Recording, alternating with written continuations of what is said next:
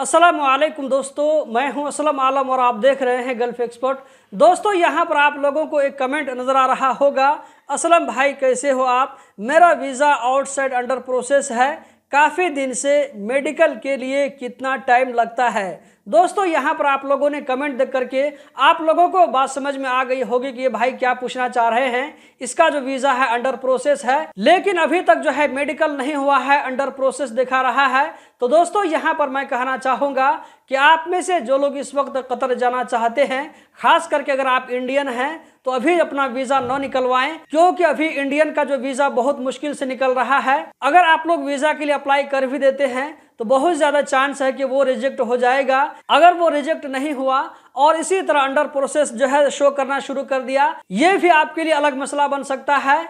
ये जो है जब तक सिस्टम से कैंसिल नहीं होगा, आप न्यू वीज़ा के लिए अप्लाई नहीं कर सकते हैं। और ये जो है कब तक शो करता रहेगा, इसके बारे में कुछ नहीं कहा जा सकता है। कतर का जो अभी सिचुएशन है उसी को देखते हुए आप में से किसी भाई ने यहाँ तक कहा था कि उसका वीज़ा प्रिंट हो गया, प्रिंट होने के बाद में वीज़ा ऑटोमेटिक कैंसिल हो गया। तो दोस्तों, इस वक्त ऐसा भी हो रहा है कि वीज़ा प्रिंट होने के बावजूद भी ऑटोमेटिक तरीके से कैंसिल हो जाता है, या ये कि ऐसा भी होता है कि वीज़ा अंडर प्रोसेस रहते हुए वो एक्सपायर हो जाता है, या ऐसा भी होता है कि वीज़ा अंडर प्रोसेस होता है और मेडिकल के लिए जो स्टेप आता है वो स्टेप आएगा ही नहीं, वो अंडर प्रोसेस शो करते करते एक्सपायर हो जाएगा।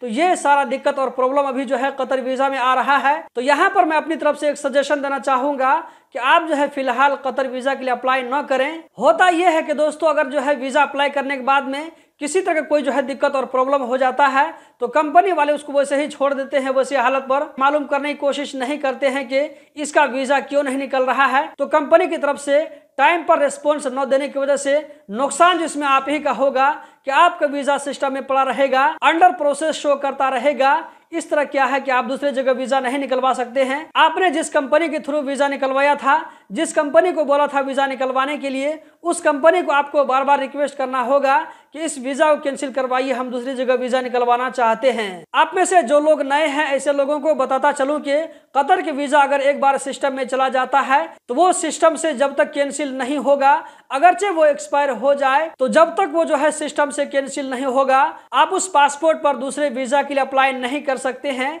ये जो है कतर का रूल है। अगर आप रुक सकते हैं तो महीना 2 महीना इंतजार करें, जब कतर का वीज़ा फिर से नॉर्मल हो जाएगा तो उसके बाद फिर न्यू वीज़ा के लिए ट्राई करें। दोस्तों, मैं यहाँ पर आप लोगों के लिए एक सवाल छोड़कर जा रहा हूँ, वो ये कि आजकल में किस किस नेशनैलिटी का वीज़ा निकला है, किसका किसका रिजेक्ट हुआ है, कमेंट बॉक्स में जरूर बताएं, ताकि पता चले कि 10-15 दिन जो है पीछे किस तरह अपडेट था, इस वक्त क्या चल रहा है, वीज़ा निकल रहा है या नहीं निकल रहा है, कमेंट बॉक्स में जरूर बताएं।